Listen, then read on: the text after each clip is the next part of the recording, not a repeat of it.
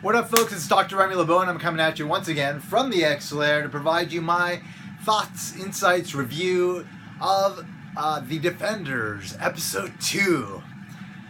Fucking liking this series, folks. Like, it's giving me those exciting sort of goosebump laden moments that you want from a show like this. So, if this episode was a comic book, there would be a couple... Partly through it, I would have thought that the cover would say Jessica Jones versus Elektra. Enough said. And like, you see Jessica Jones and Elektra going at it. But then, right after we got that scene of Jessica Jones versus Elektra, we get fucking Danny Rand versus Luke Cage. Like, Iron Fist and Luke Cage meeting for the first time, and they're fighting. They're not friends. They have no reason to be friends. They have no reason to trust each other in that particular context. It's all about, like, who the fuck are you? Who the fuck are you? Bam! Coming together, man. That fight was fantastic. And then finally, at the very end, we see Jessica Jones and fucking Matt Murdock finally together. Oh man, such a good episode. So yeah, I'm enjoying this season, liking the way the story is sort of developing. It's got a very nice flow to it.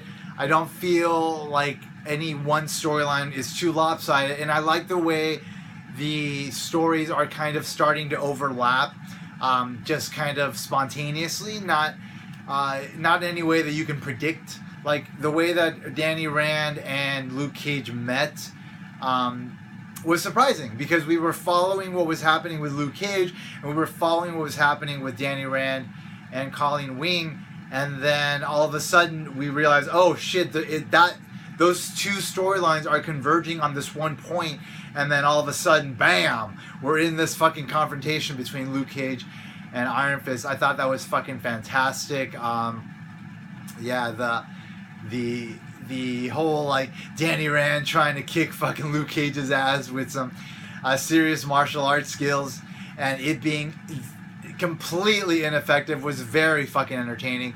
But then finally getting that Iron Fist powered up, and then hitting Luke Cage and having that be the fucking the punch that fucking woke up Luke Cage to the possibility that there might be somebody as powerful as him out there, and that A, he's not alone, B, they might be a threat, or C, you know, I don't even know if it crosses his mind, but like that person could become an ally to him, or these people could become allies to him, and they could be a force to be reckoned with. You know, collectively they could be the Defenders.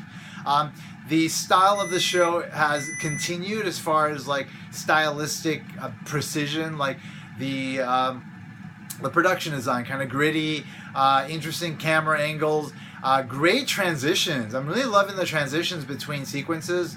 So we'll do like quick cuts on like shots of like the subway passing, and then like, you know, quick cuts of a couple other things spliced into it that kind of bleed you into the next sequence, in, you know, whoever's character the next sequence focuses on, like kind of taking you from one world to the next, ultimately, of course, it all kind of converging.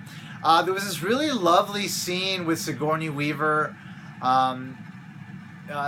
in her sort of affluent life, watching this symphony who she paid for, and like the room was beautiful. You have this like beautiful shot of like downtown Manhattan through this like enormous glass window, and then you see the string band in front of it, and she's like watching, and she's got this like very sort of elegant decor, and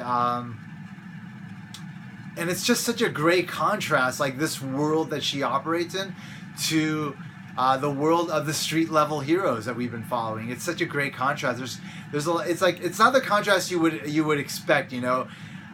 Usually, you know, like heroes would be in the light and the villains would be in the dark, but you're getting sort of a switch of that, which is really cool.